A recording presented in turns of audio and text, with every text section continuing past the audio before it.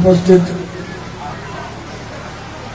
सम्मानित बुजुर्गों, माताओं, बहनों, नौजवान दोस्तों और इस कृषि प्रधान देश के उज्जवल भविष्य के बच्चों, काफी लंबे समय के बाद आपके बीच में आने का मुझे अवसर मिला है। मैं तो गांव का आदमी हूं, खेत से जुड़ा हुआ हूं, हर एक के दुख सुख में, गमी खुशी में आता जाता रहता हूं। लेकिन बदकिस्मती से हमारी सरकार जाने के बाद सत्ता पक्ष के लोगों ने एक साजिश और षड्यंत्र करके, ये प्रेस के भाई तो आप आगे आवाज दूर से हो रहे हैं, मेरी आवाज तो इसमें आ जाएगी सर, फोटो मेरी ले ली। ध्यान बीच में जो भी कोई लोग हो फिर दूसरों को दिक्कत आए। सभा में उपस्थित हर व्यक्ति की सोच होती है कि वो बोलने वाले को देख ले आंख से, तो मैं तो सबको दिखाई नहीं दूंगा तो लोगों को तकलीफ हो। तो मैं आपसे अर्ज कर रहा था कि सत्ता पक्ष के लोगों ने साजिश और षड्यंत्र करके मुझे 10 साल के लिए जेल भिजवा दिया। दोष मेरा यही था कि मैंने 3602 पढ़े लिखे युवकों को नौकरी दी थी। जिन बच्चों को हमने नौकरी दी उनकी तो तरक्की हो गई, और नौकरी लगवाने वाले को 10 साल की सजा हो गई। और फिर एक दुष्प्रचार फैलाया गया कि अब चौटाला तो जेल में मरेगा और इंडियन नेशनल लोकदल पार्टी समाप्त हो जाए। आप बधाई के पात्र हैं कि मेरी गैर हाजिरी में आपने संगठन को पहले के मुकाबले में ज्यादा मजबूत बनाया। ये बात आप और हम नहीं कह रहे हैं, बल्कि सभी राजनीतिक पार्टियों के लोग इस बात की सराहना करते हैं कि संगठनात्मक दृष्टि से सारे विश्व के स्तर पर इंडियन नेशनल लोकदल पार्टी का कोई मुकाबला नहीं।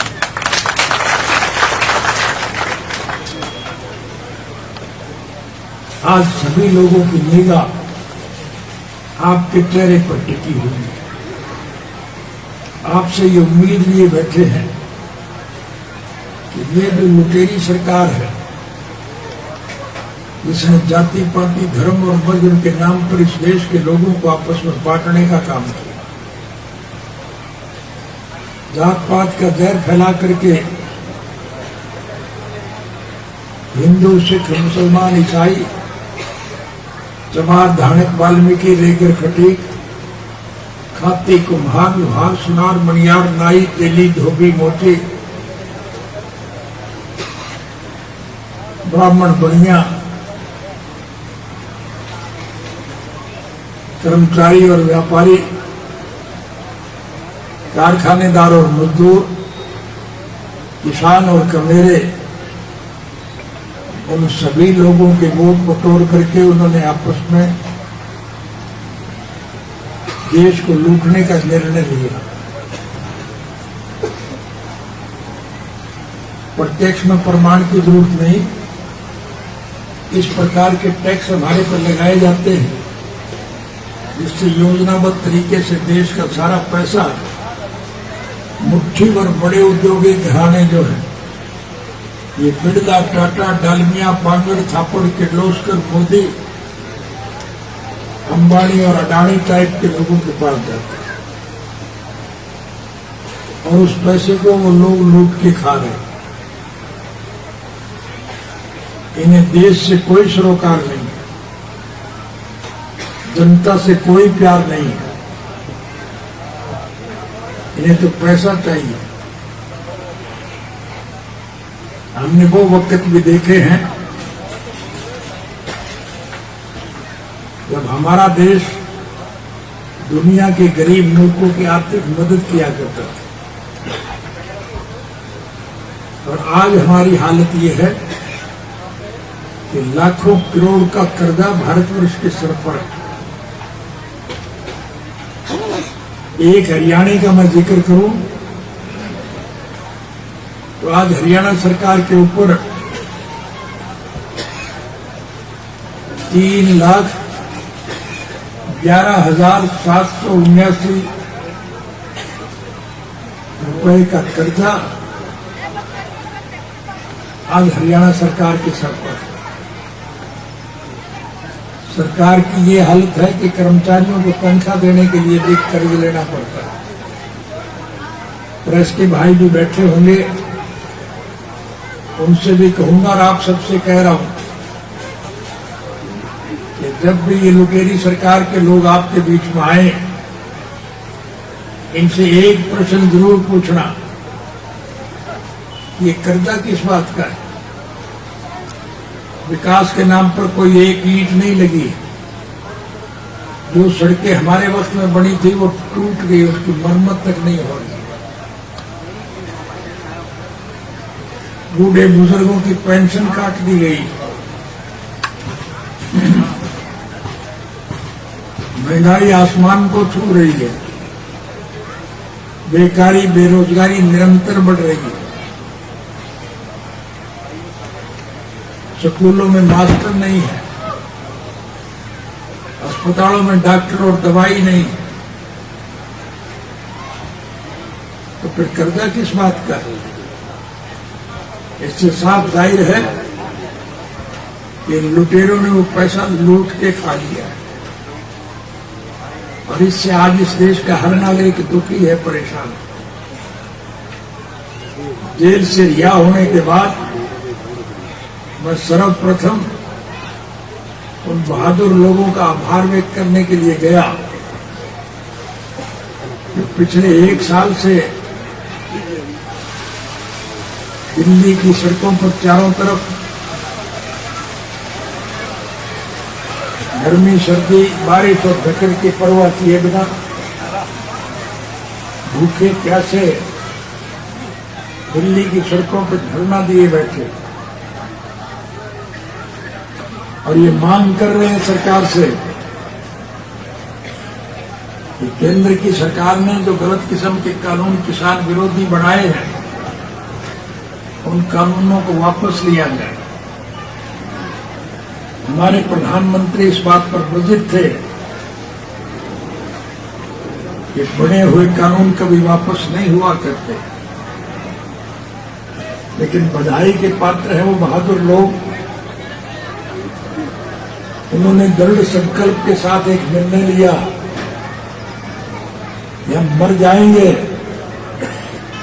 लेकिन जब तक ये काले कानून वापस नहीं होंगे हम धरने से नहीं हटेंगे। उन बहादुर लोगों के निर्णय का परिणाम हुआ कि झक मार करके प्रधानमंत्री को झुकना पड़ा, कानून वापस लिए और सारे देश के लोगों से माफी मांगने का काम। मैंने गौर से देखा, उस धरने पर 36 जात के लोग बैठे। मुझे दुनिया के 158 मुल्कों में जाने का मौका मिला है। सैर सपाटे के लिए नहीं गया था। विश्व के हर मुल्क के राजनीतिक, आर्थिक और सामाजिक हालात की जानकारी हासिल करने के लिए गया था। आपको ये सुनकर के बहुत प्रसन्नता होगी कि दुनिया के सभी मुल्कों में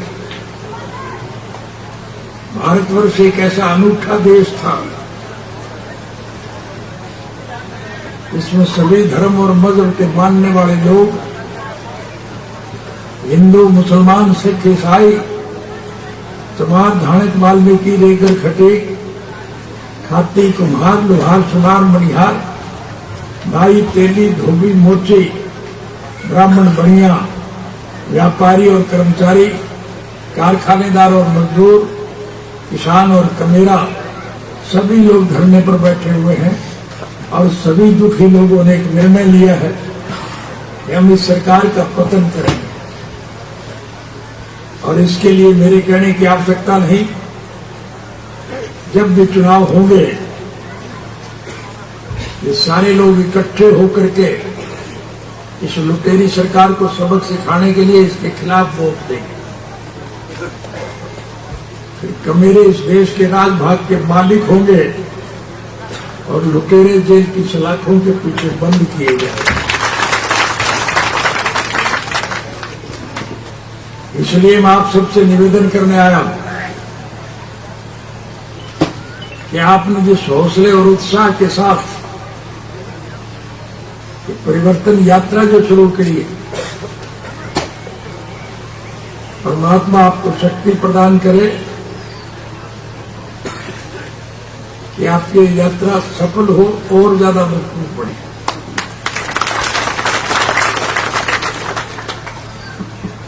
व्यक्तिगत तौर पर आपको एक लाभ और होगा, जहां लोगों का ज्यादा वजन बढ़ गया वो इस परिवर्तन यात्रा में शामिल होकर के जब चलेंगे तो उनका वजन घट जाएगा, शारीरिक लाभ मिलेगा।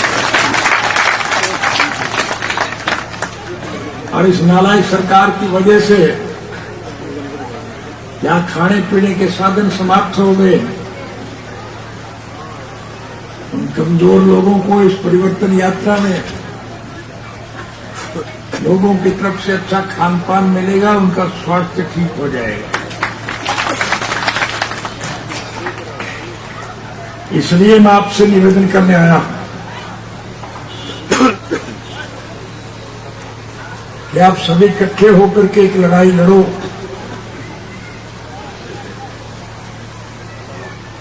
लोग आपके साथ जुड़ना चाहते हैं। हमारा किसी से कोई द्वेष नहीं है, हमारा किसी से कोई विरोध नहीं है, हमारा कोई व्यक्तिगत स्वार्थ नहीं है, हमारा कोई राजनीतिक स्वार्थ नहीं है। हम तो स्वर्गीय चौधरी देवीलाल जी के स्वप्न साकार करने के लिए लड़ाई लड़ रहे हैं। चौधरी देवीलाल जी ने जन्म से लेकर के आखिरी सांस तक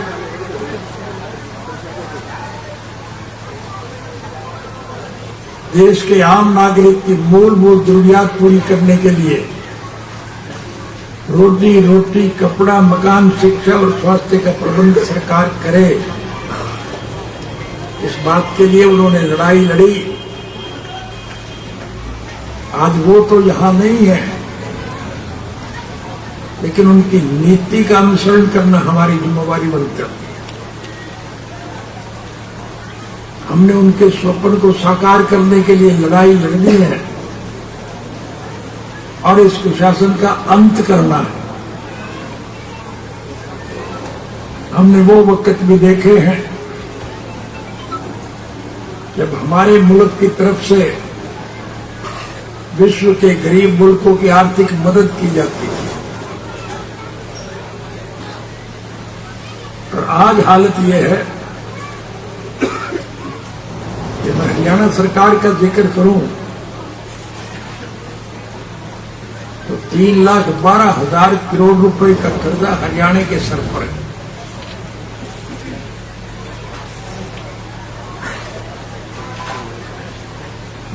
महंगाई निरंतर बढ़ रही है, बेकारी और बेरोजगारी बढ़ रही है, किसान के उत्पादन के दाम घट रहे हैं, सरकार उसकी भरपाई करने में निकम्मल तौर पर फेल हो चुकी है। जो बच्चा पैदा होगा वो अपने सर के ऊपर हजारों करोड़ का कर्ज लेकर के पैदा होगा। कैसे वो कर्जा चुकाएंगे? हमारी आमदन का तो कोई ग्राहक नहीं है। जरूरियात जिंदगी रोज महंगी हो रही है। महिलाओं को खाना बनाने में दिक्कत आ रही है। गैस के सिलेंडर के दाम रोज बढ़ रहे हैं। क्या हालत देश की है, मैं उसका जिक्र करूंगा तो बहुत समय लग जाएगा। लेकिन मैं एक बात का आपको यकीन दिलाता हूं कि आप जिस हौसले से इस यात्रा को सफल बनाने में लगे हुए हैं, आपकी सफलतम यात्रा की वजह से देश की राजनीति में बदलाव आएगा कि मेरे इस देश के राजभाग के मालिक होंगे और लुटेरे जेल की सलाखों के पीछे बंद किए जाएंगे।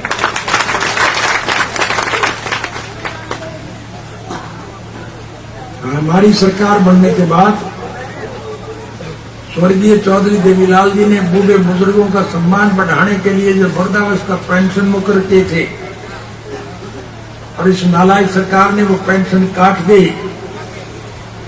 हमारी सरकार आने के बाद वो कटी हुई पेंशन का पैसा मैं ब्याज के उनके घर भिजवाने का काम।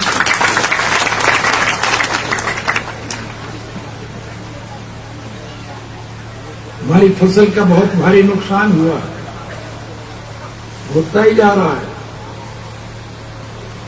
सरकार से ये उम्मीद नहीं की जा सकती कि वो आपके नुकसान की भरपाई करेंगे, लेकिन मैं आपको विश्वास दिलाता हूं, सरकार बदल दो फिर आपके 100% की सारी भरपाई का नुकसान हम आपको घर बैठे दे देंगे।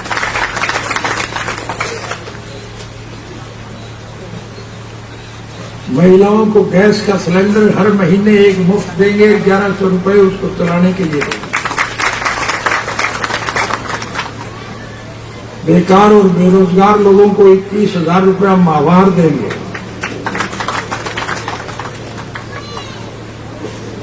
हर बच्चे को निःशुल्क शिक्षा देंगे, कोई पैसा नहीं लगेगा उनको।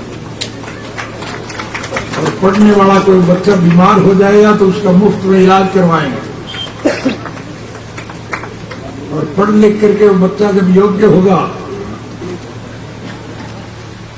तो उसकी योग्यता के मुताबिक उसे अच्छे पद पर बिठाएंगे।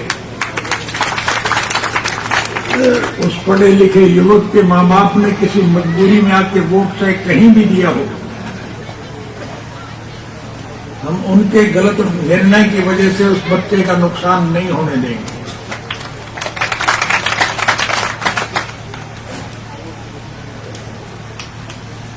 $3,206 बच्चों को नौकरी देने की वजह से मुझे 10 साल की सजा हुई। अब मैं आपसे वायदा करके जा रहा हूं कि हम लाखों बच्चों को नौकरी दिलाएंगे, चाहे बाद में मुझे फांसी टूटना पड़े। मुझे उसकी कोई चिंता नहीं।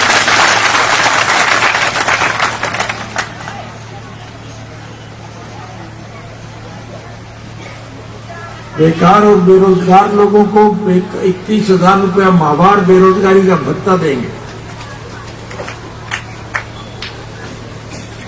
हर आदमी सम्मानजनक जीवन व्यतीत कर सकेगा, उसे किसी प्रकार की कोई तकलीफ नहीं है। सारी बातों का निचोड़ और सारांश यही है। मैं देशी भाषा में आपको एक ही बात कह के जा रहा हूं, राज बना लो फिर थारे सारे फोटो में काट दूंगा। राज बनेगा इस परिवर्तन रैली से, और आपके संगठन में इतनी बड़ी शक्ति होगी कि आपको 2024 का इंतजार नहीं करना पड़ेगा। जो लोग रास्ता भटक गए, गुमराह हो गए, बहका लिए गए,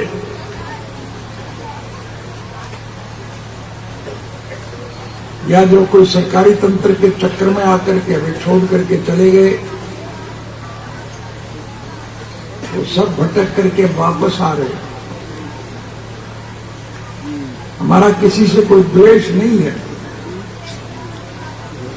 हमारा किसी से कोई विरोध नहीं है।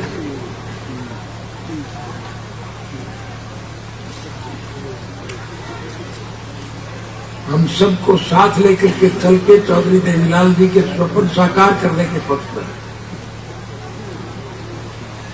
इस सब का एकमात्र हल यही है कि आप जिस चाक जोश और उत्साह के साथ इस रैली की कामयाबी के लिए लगे हुए हैं, उसमें किसी प्रकार की ढील ना आने दें। हर एक को पुचकार करके साथ ले लें, उसके बड़े सुखद परिणाम निकलेंगे। सरकार आपकी आएगी, और जब आपकी सरकार आएगी तब आपको सारी सुविधाएं प्रदान करेंगे, ये मैं आपसे वायदा करके जा रहा हूं। हमने अगर अतीत में अच्छे काम किए हैं तो भविष्य में उससे भी ज्यादा अच्छे करेंगे। आपको मेरे कहे का यकीन है या नहीं है?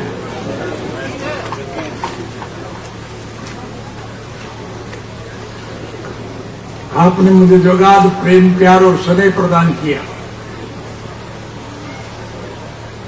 सरकार आने के बाद आपकी फसल का जो नुकसान हुआ है उसका मुआवजा हम आपको देंगे। बूढ़े बुजुर्गों की पेंशन जो सरकार ने काटी, उनकी कटी हुई पेंशन का पैसा बिना ब्याज के उनके घर भिजवाएंगे, और 7,500 रुपया प्रति महीना उनकी पेंशन देंगे। बेरोजगार लोगों को 21,000 रुपया बेरोजगारी भत्ता देंगे। बिजली, पानी, खाद और बीज के लिए आपको लाइन में नहीं लगना पड़ेगा। आपकी जरूरत का साजो सामान आपके घर बैठे बिठाए आपको मिलेगा। तो आपको तो केवल एक ही काम करना है, आपसी प्रेम प्यार और भाईचारे को बढ़ाना है। आपने मुझे जो गाद प्रेम प्यार और स्नेह प्रदान किया, उसके लिए मैं आपका हार्दिक धन्यवाद करता हूं, और भगवान से प्रार्थना करूंगा कि आपका हमारा ये सहचार सदा कायम रहे। आप सबका बहुत बहुत धन्यवाद।